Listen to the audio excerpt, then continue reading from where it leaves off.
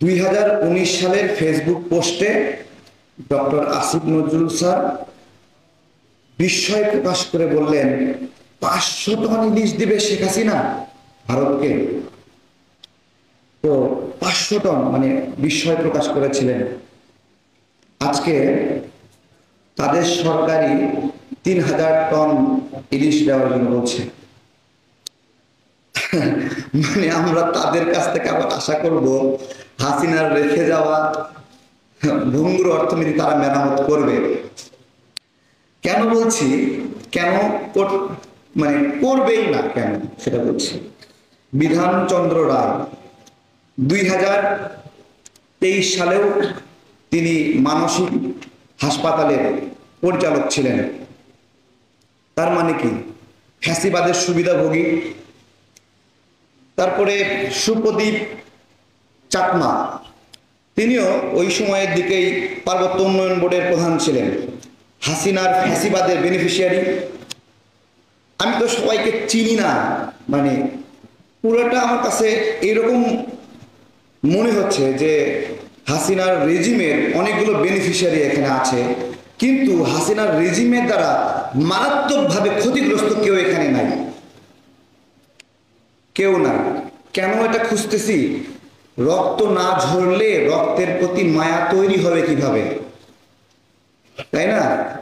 যাদের রক্ত ঝরলো তাদের প্রতিনিধি যদি সরকারে না থাকে, তাহলে রক্ত ঝরলো যাদের, তাদের প্রতি মায়া তো থাকবে না, স্বাভাবিক। মায়া নাই বলেই তো এতগুলো ডিসিকে জেলায় জেলায় নিয়োগ দিল। মায়া থাকলে দিত, বলেন দিত?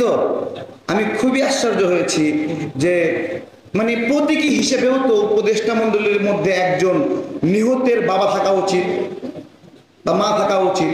এই গণ অভ্যুত্থানে প্রতীকী হিসেবে ধরেন সে অজ্ঞ মূর্খ, যাতে করে এই গণ অভ্যুত্থান বিরোধী কার্যক্রমে সে অন্তত ভেটো দিতে পারে যে আমি এটা মানি না, এটা আমাদের গণ অভ্যুত্থানের সঙ্গে যায় না, তাই না? অত বুদ্ধিমান লোক নাই। কেন এগুলো বলছি বারবার? এই 2 দিন আগে টাটা কোম্পানিকে মেট্রো রেলের বর্ধিত প্রকল্পে দায়িত্ব দেওয়া হলো। টাটা, তা কে দিল?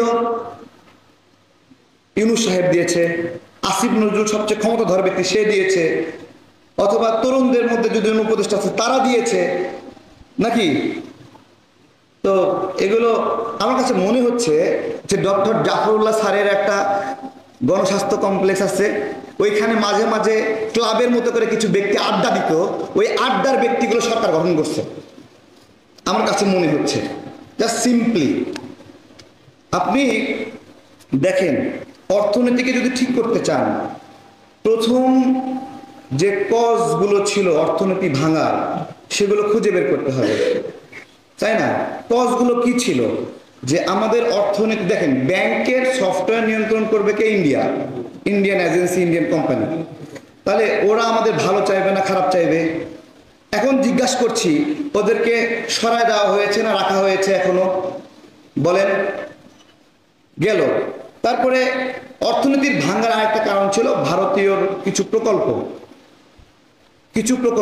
এইগুলোকে, এই ভারতীয় প্রকল্পগুলোর বিষয়ে কি ব্যাখ্যা দেওয়া হয়েছে? যে এইগুলো চলতেই থাকবে। তাহলে এইগুলো চলতেই থাকবে। হাসিনা তো ডিজাইন করে রেখে গেছিল আখাউড়ার যে সড়ক 4 লেনের, এইটা ইন্ডিয়ার লোকেরা এসে করে দিয়ে যাবে। প্রত্যেকটা লেবার, প্রত্যেকটা টুলস, বালি, পিস সবকিছু ইন্ডিয়া থেকে আসবে। এখন আপনি যে বললেন এসব প্রকল্প চলতেই থাকবে, এগুলো কি হাসিনার মডেলে চলতেই থাকবে? মানে এগুলো আমাদের প্রচুর পরিমাণে আতঙ্কিত হচ্ছে। আসলে জনগণের নির্বাচিত প্রতিনিধি না হলে এইখানেই সমস্যা। জনগণকে আর কখনো ওন করে না, ফিল করে না। মানে ভোটের যে একটা কি মূল্য, এখন অনেকে মানে ঝোঁকের মাথায় বলতেছে আজীবন থাকুক, যতদিন ভালো লাগে থাকুক। আরে থাকুক না, আরে 15 বছর তোরা কি শীর্ষস? মানে এইভাবে অসম্মান করা হয়। আমি তো কয়েকটা এক্সাম্পল দেখালাম যে কিভাবে কি হবে। তো এখানে প্রিয় ভাইয়েরা, আমি আজকে কেন বললাম, এই যে গত 15 বছর ধরে আপনার হলো বঞ্চিত হওয়া একটা মানুষ, মানসিক হাসপাতালে দায়িত্ব পেয়েছে, ভালো করে শোনেন। এবং দায়িত্ব পাওয়ার পরে ওই যে বিধানরঞ্জন রায়ের নাম বললাম না, হ্যাঁ, সে এই 2 না 3 সেপ্টেম্বর তাকে এই দপ্তরে না থাকে, ওই যে আগের সে ছিল চেয়ার পরিচালক ছিল, সে বর্তমান স্বাস্থ্য উপদেষ্টাকে দিয়ে তাকে ওএসডি পাঠাইছে। এই সময়েও এগুলো সম্ভব হচ্ছে। যাই মানে সচিব আমলা পদ কেনা বেচার বাজার বসছে ডাকসুতে, সচিব আমলা এখানে কেনা বেচা হয়। এখানে সার্জিস ফোন দিয়ে সচিব রে বলে, এই তুমি অমুক লোকের সাথে সমস্যা করতেছো কেন, চলছে। এই নির্বাচন কমিটির একজন সমন্বয়ক ছিল, একটা ছাত্রলীগের নেত্রী, সে সমন্বয়ক হয়ে জেলায় জেলায় সমাবেশ করছে।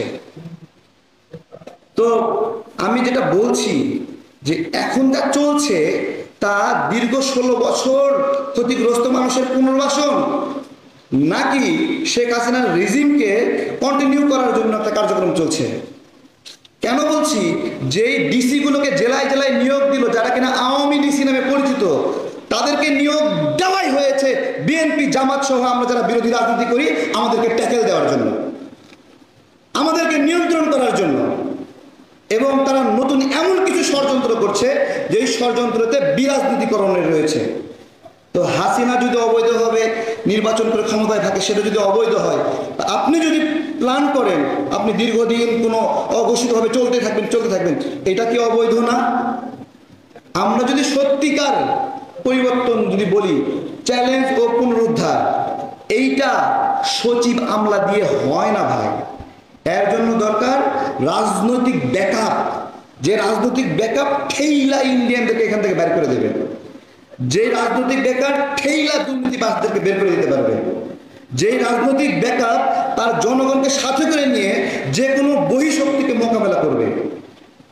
এই রাজনৈতিক ব্যাকআপ এই উপদেষ্টাদের নাই, এই এনজিও সদস্যদের নাই। তাই তো এরা এক সময় বলছিল 500 টন, আবার এখন দিয়ে দিল 3000 টন। ধন্যবাদ সবাইকে।